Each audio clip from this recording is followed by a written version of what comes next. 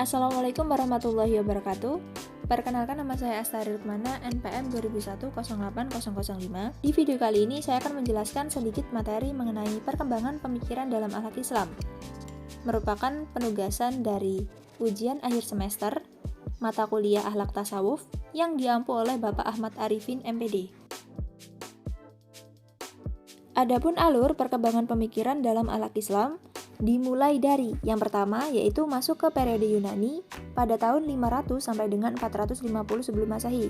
Kemudian masuk ke fase Arab sebelum pra-Islam, kemudian barulah masuk periode Islam, kemudian masuk ke abad pertengahan, dan yang terakhir masuk periode modern. Pembahasan yang pertama yaitu masuk ke periode Yunani. Periode ini terjadi pada tahun 500 sampai dengan 450 sebelum Masehi. Nah, sebelum masa ini, konteks pembicaraan bangsa Yunani hanya terfokus pada penelitian mengenai alam. Nah, pada periode ini juga disebut sebagai lahirnya akal dan pikiran.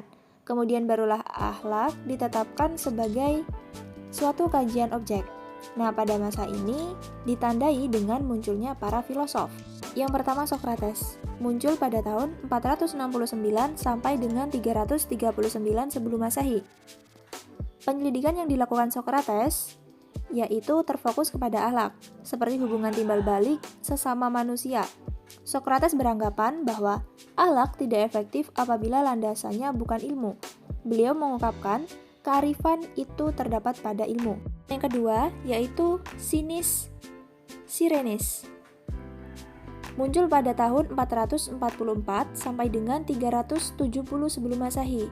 Golongan ini didirikan oleh Antitenes yang beranggapan bahwa Tuhan itu suci dari berbagai kehendak, dan seterpujinya manusia adalah mereka yang tunduk terhadap Tuhannya.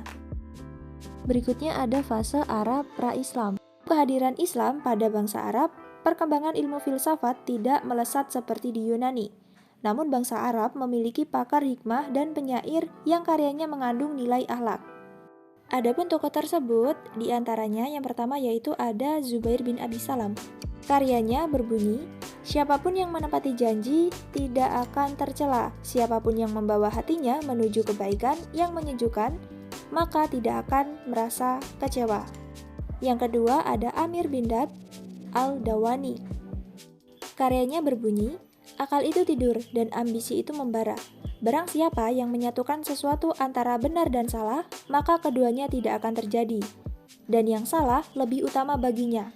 Sebenarnya, itu adalah penyempurnaan akibat dari kebodohan. Selanjutnya, masuk ke periode Islam. Islam datang dibawakan oleh Nabi Muhammad SAW dengan tujuan untuk menyempurnakan akhlak. Di periode ini, mengenai tokoh yang menjadi perintis ilmu akhlak masih menjadi perdebatan. Ada yang berpendapat bahwa Ali bin Abi Thalib adalah perintis ilmu akhlak. Buktinya yaitu beliau memberikan amanat yang ditujukan kepada putranya. Pada periode Islam ini, sedikit bangsa Arab yang mencoba untuk menyidik lebih lanjut mengenai akhlak berasas ilmu pengetahuan, dikarenakan mereka merasa cukup dengan mempelajari akhlak pada konteks agama. Pelopor yang terkenal pada penyidikan akhlak berasas ilmu pengetahuan yaitu ada Abu Al-Farabi yang wafat pada tahun 339 Hijriah, dan ada Iwanus Sofah Abu Ali bin Sina. Kemunculannya yaitu pada tahun 370 sampai dengan 428 Hijriah. Selanjutnya masuk ke abad pertengahan. Pada periode ini, Yunani dikuasai oleh gereja yang berusaha memerangi filsafat Yunani. Gereja membangkang penyebaran ilmu dan kebudayaan kuno.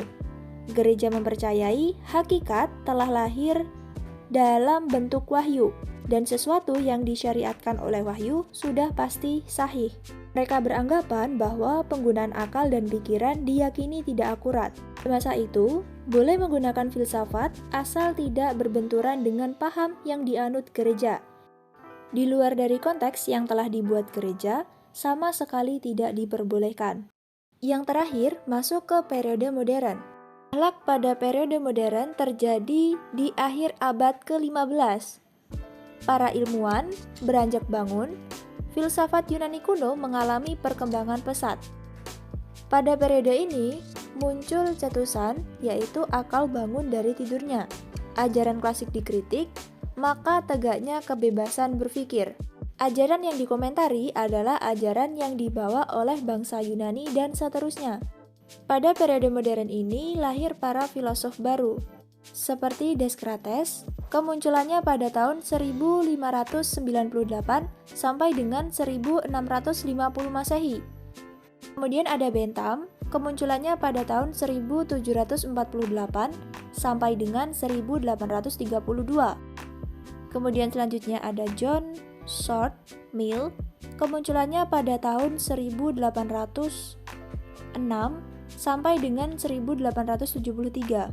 Kemunculan Green pada tahun 1836 sampai dengan 1882. Kemudian yang terakhir ada Green dan Herbert. Sedangkan kemunculan Herbert Spencer yaitu pada tahun 1820 sampai dengan 1930. Itulah tadi sedikit materi yang bisa saya sampaikan, kurang dan lebihnya saya mohon maaf. Saya akhiri, wabillahi taufiq wal hidayah. Wassalamualaikum warahmatullahi wabarakatuh. Terima kasih.